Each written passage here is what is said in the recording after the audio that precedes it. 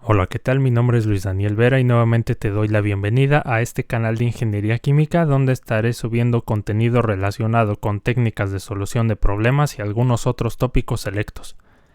El día de hoy, a petición de una amiga, vamos a trabajar con el tema de desorción, el análisis gráfico específicamente aplicado en sistemas diluidos. Entonces vamos a por ello. Lo primero que tenemos que hacer es definir la desorción. Esta es una operación unitaria que pretende extraer un soluto B de un solvente A por medio de un gas C. Entonces este soluto y solvente, esta solución, entra como L0 en la parte de arriba y el famoso gas C que me va a ayudar a extraer B entra por la parte de abajo, que sería este Gn+1. Al final voy a obtener una corriente Ln que tiene una menor proporción de B que la de L0, eso es lo que se busca. Y en el otro caso tengo G1 arriba, que sería el gas que se llevó una parte de B. Generalmente este compuesto es un indeseable, no es un contaminante o alguna cosa que por regulación haya que bajarle la proporción, ¿no? Entonces, en ese sentido, esto es un breve resumen acerca de esta operación.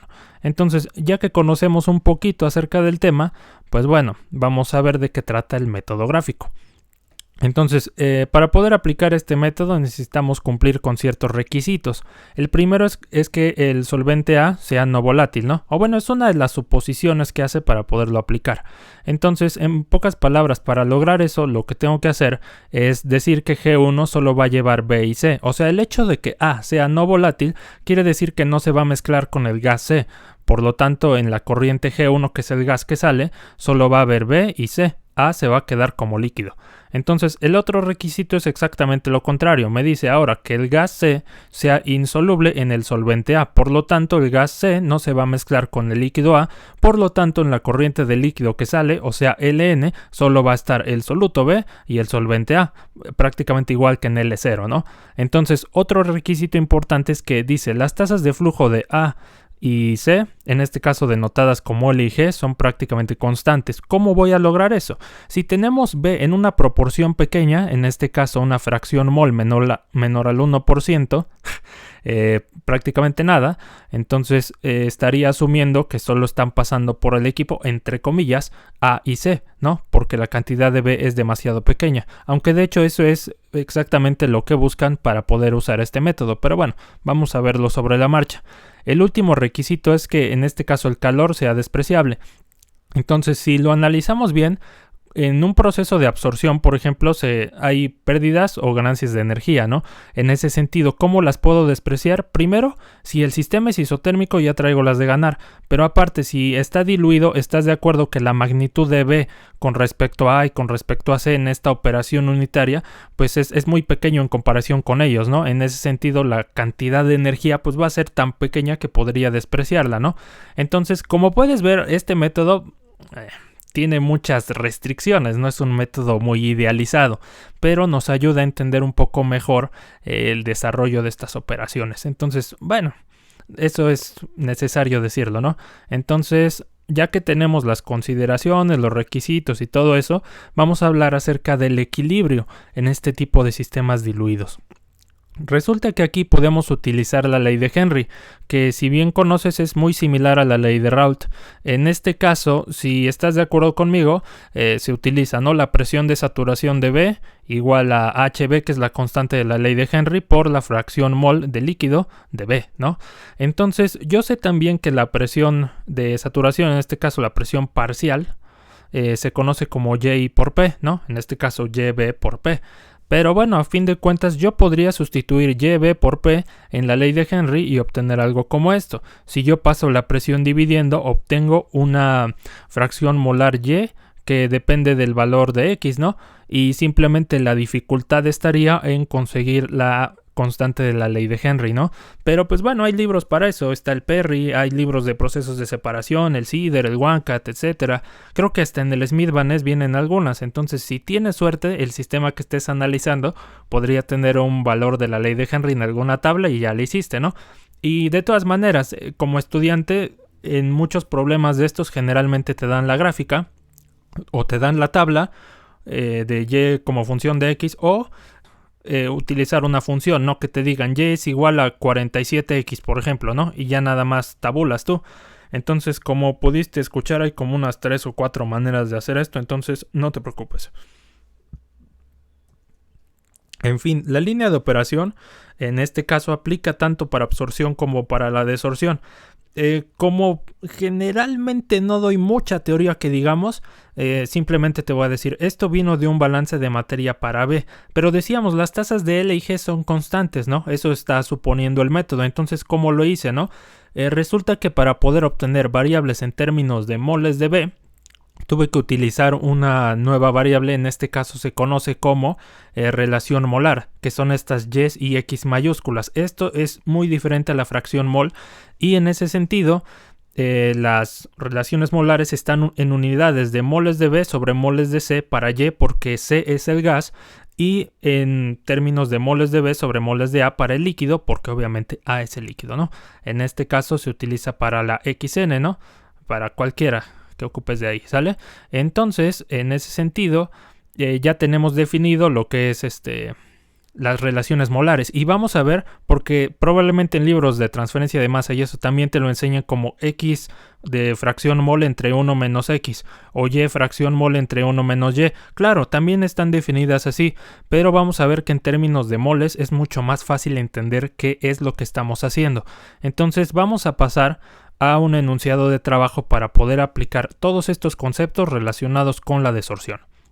Entonces este problema lo inventé también y dice, no, vamos a separar CO2 de agua, o sea, CO2 es el soluto, agua es el solvente, mediante nitrógeno puro, que obviamente es el gas C, ¿no?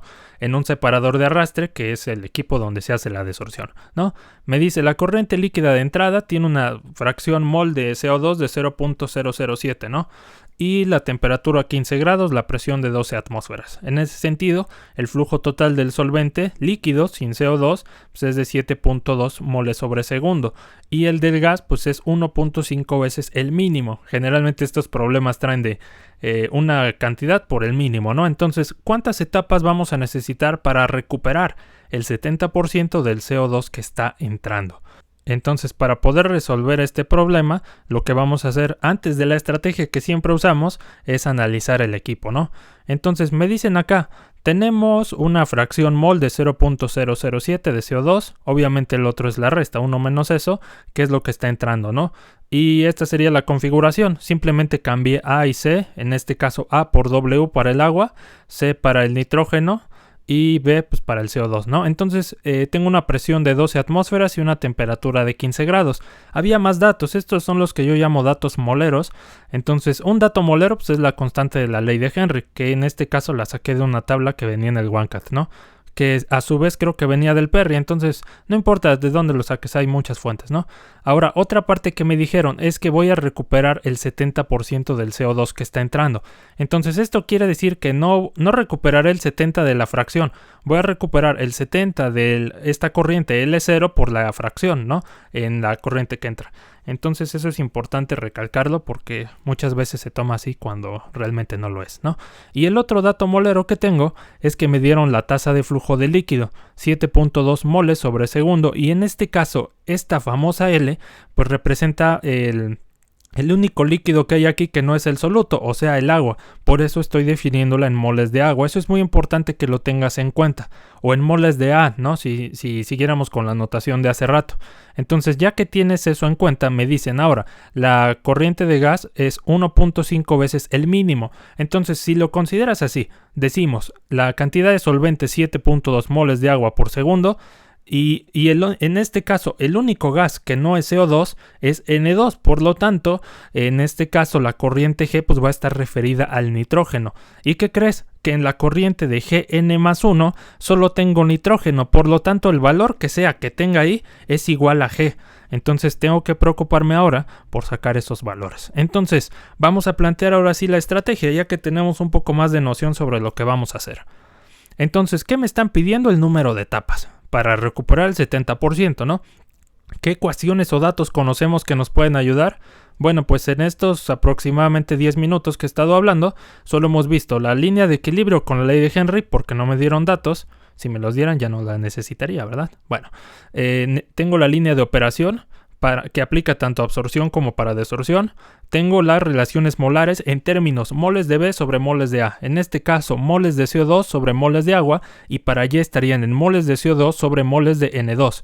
Entonces, con esto mismo vamos a resolver el problema. ¿Y en qué orden lo vamos a hacer? Entonces aquí te preparé un pequeño diagrama donde tengo un procedimiento generalizado, ¿no? Luego no falta el problema que tiene otras cosas, pero bueno, lo primero o esencial que habría que sacar son las relaciones iniciales. Tienes datos suficientes para sacar x0, xn y yn más 1 en relaciones molares. Ahora vamos a trazar después la línea de equilibrio para encontrar la pendiente L entre G mínimo.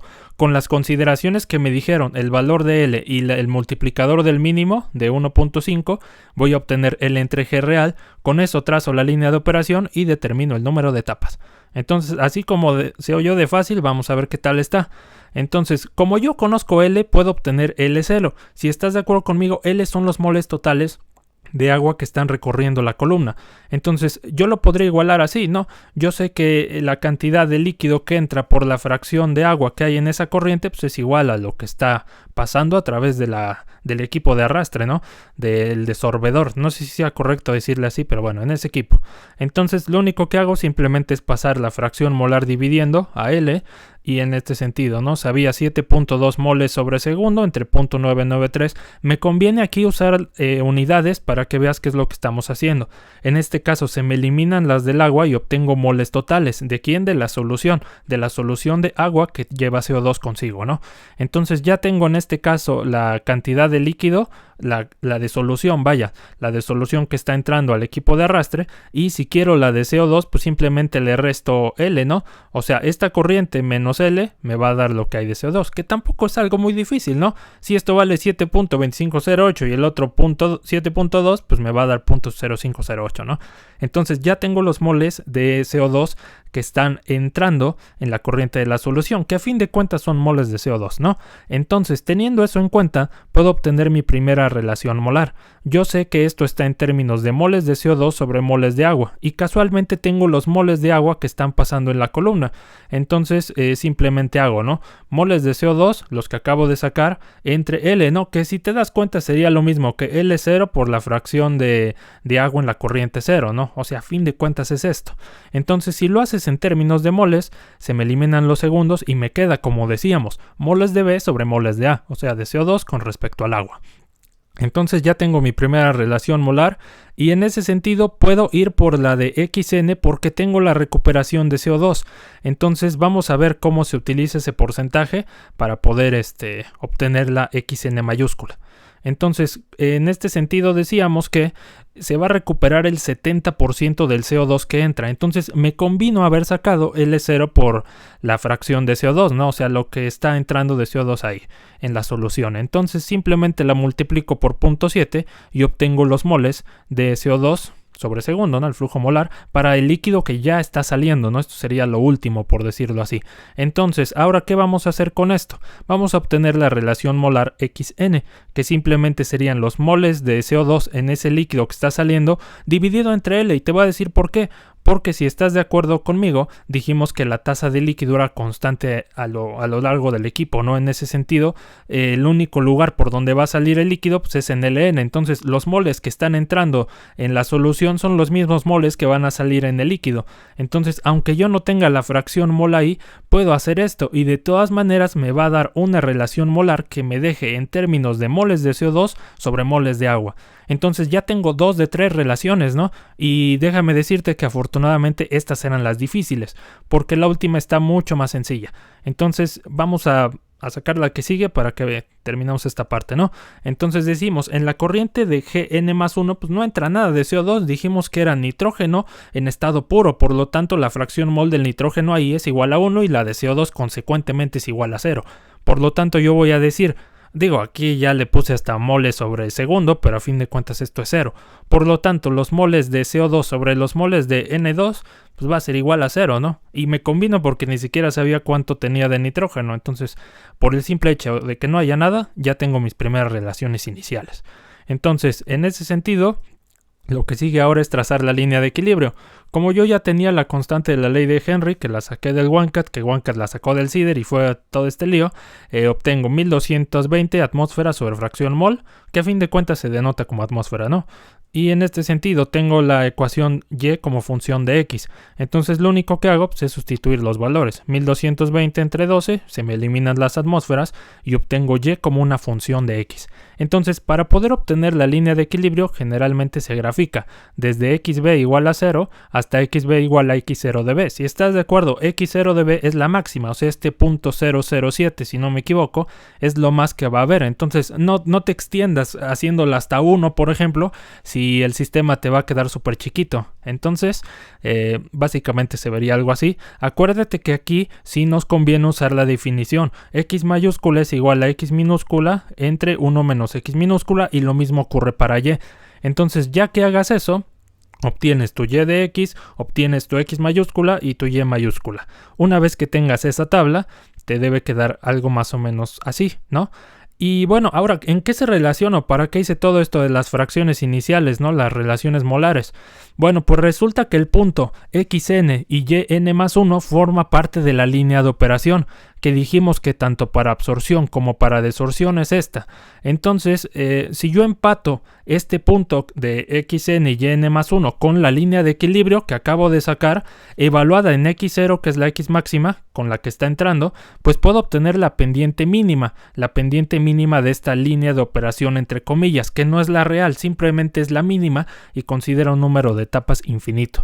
Entonces, eso básicamente se vería así, ¿no? El punto que tengo acá es el de xn y yn más 1, que es lo que sacamos al inicio, ¿no? Y en este sentido yo la debo de empatar con un punto que está en x0, aproximadamente 0.007, con yn más 1 en el equilibrio, que aquí hay varias sopas si la quisiera sacar, ¿no? Si tuvieras, por ejemplo, en un examen como el EGEL o algo así, probablemente te den nada más la gráfica. ¿Estás de acuerdo que puedes trazar la línea en x0 y correr una línea hacia la izquierda? Porque creo que eso tiene significado en español de otros lados. Bueno, si lo corres hacia la izquierda obtienes un valor aproximadamente de 2.5, con eso sacas la pendiente. O, por ejemplo, en nuestro caso somos más afortunados porque hicimos la tabla y graficamos hasta ese valor, entonces ya no tengo que preocuparme por más. Entonces, básicamente, se vería algo así lo que tendríamos que obtener, si estás de acuerdo conmigo. Entonces, como afortunadamente ya teníamos la tabla, sabíamos que al final, pues esta y1 en el equilibrio es 2.4682, aproximadamente el 2.5 que decíamos hace un momento, ¿no? Entonces, simplemente puedo obtener la pendiente L entre G mínimo con la ecuación de la recta, ¿no? Y2 menos Y1 entre X2 menos X1. En este caso, el punto Y2 pues, sería esta Y1 en el equilibrio y Y1 sería YN más 1. O sea, la de 0, creo que nos había salido. Y en este caso, x0 también la tengo, que fue con la que busqué en mi tabla, y xn fue la que calculé cuando dije que iba a recuperar el 70%.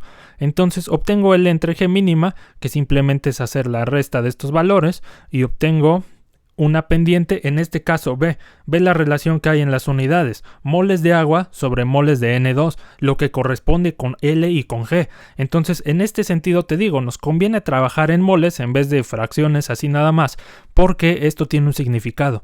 Entonces, lo que decimos, esta es la pendiente L entre G mínima. Ahora bien, vamos a modificarla. Yo conozco L, si estás de acuerdo conmigo, venía al inicio del enunciado. Entonces resulta que este L entre G mínimo, pues es L real entre G mínimo.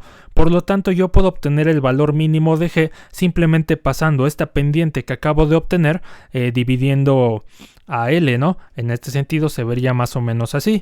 Como tengo L y como tengo la pendiente, lo de menos es sustituir los valores. Aquí otra vez se me eliminan los moles de agua y otra vez es congruente. La cantidad mínima de gas está en moles de N2 y en este caso sobre segundo, ¿no? Entonces esta es la cantidad mínima, pero ¿qué crees? Que dijimos que este equipo no iba a operar con el mínimo, sino que dijimos 1.5 veces, si no me equivoco, el mínimo. Entonces lo único que tengo que hacer es el multiplicador, aplicárselo y sacar L entre G real, que ya me daría la pendiente de la línea de operación que sí está pegada al sistema, ¿no? Entonces Aplicando esa corrección, simplemente multiplico por 1.5 el valor que acabo de sacar y obtengo, ¿no?, que G real es 0.0093 en moles de N2. Y en este sentido ya puedo obtener L entre G real, que es la pendiente que ahora sí va a tener mi línea de operación. Entonces simplemente divido L entre G, ya tengo L, ya tengo G, que se vería más o menos así. Se me eliminan los segundos y otra vez tengo moles de agua sobre moles de N2, lo cual hace congruente esta pendiente real. Entonces ya con la pendiente podríamos hacer la línea de operación, pero ¿qué crees, amiguito? Tenemos un problema bien grave y en ese sentido es que nos falta Y1 todavía y como decíamos, Y1 forma parte de la línea de operación. Entonces aquí lo que podemos hacer es aplicarlo en la etapa N. Si decimos que J es igual a N, tengo Yn más 1 igual a L entre G por Xn por Y1 menos L entre G por X0. Ahora, yo conozco Yn más 1 que era igual a 0. Yo conozco Xn porque la saqué de lo del 70%. Conozco X0, puedo despejar para Y1 porque también conozco la pendiente real L entre G. Entonces vamos a despejarla, ¿no? Lo de menos es hacer eso. Entonces despejando, de una vez pongo Yn más 1 es igual a 0 y me enfoco únicamente en Xn y en X0. Simplemente paso Xn restando, X0 sumando, tiene un factor común L entre G, por lo tanto Y1 me queda la pendiente por X0 menos Xn, ¿no? A fin de cuentas se vería más o menos así y en este sentido voy a sustituir valores, ¿no? En este caso lo que me va a quedar, como puedes observar, es moles de CO2 sobre moles de N2. Claro, se me eliminan los del agua, ¿no? Y en este sentido obtengo mi Y1 mayúscula, ¿no? La dejo en esa notación, Y1 de CO2, y con esto ya puedo sacar el número de etapas, pero también con esto puedo resolver el balance de masa. Como en este caso el enunciado decía calcular número de etapas, pues únicamente me voy a enfocar en eso. Entonces, al final tengo los resultados del balance, por si te quisieras animar a sacarlo. Entonces, bueno, con estos dos puntos, acuérdate que una recta necesita al menos 2 puntos para poder ser trazada. Entonces ya tengo Xn, Yn más 1, ya tengo X0, ya tengo Y1. Vamos a trazar la línea de operación real, la cual se ve más o menos así. Ahora, con esto ya puedes trazar las etapas, ¿no? Si partes de la línea de operación, en este sentido, se vería más o menos así. Digo, es aproximado, ¿no? Esto lo podrías hacer mejor si aproximas a la Y1 para la línea de equilibrio, obtienes luego para X, lo sustituyes en la línea de operación, etcétera, ¿no? Pero eso ya es mucho lío. Entonces, a fin de cuentas, obtengo que son 2 etapas aproximadamente y en ese sentido, esto se vería más o menos así. Como te decía, ¿no? Del lado derecho ya tengo el balance de masa resuelto y con las etapas que me da esto, pues el equipo se vería más o menos así, ¿no? Entonces, amigos, así es como se obtiene un proceso de estos de cálculo de etapas para desorción mediante el método gráfico. Entonces, ojalá te haya gustado mucho y pues si tienes alguna otra sugerencia de tema, házmela saber en los comentarios para que pueda subir videos sobre eso, ¿no? Por lo mientras, nos vemos la siguiente semana. Te invito a dar igual me gusta a mi página de Facebook, puedes encontrarla como Maestra IQ. Entonces, bueno, ya cerrando eso, muchas gracias y nos vemos la semana que viene.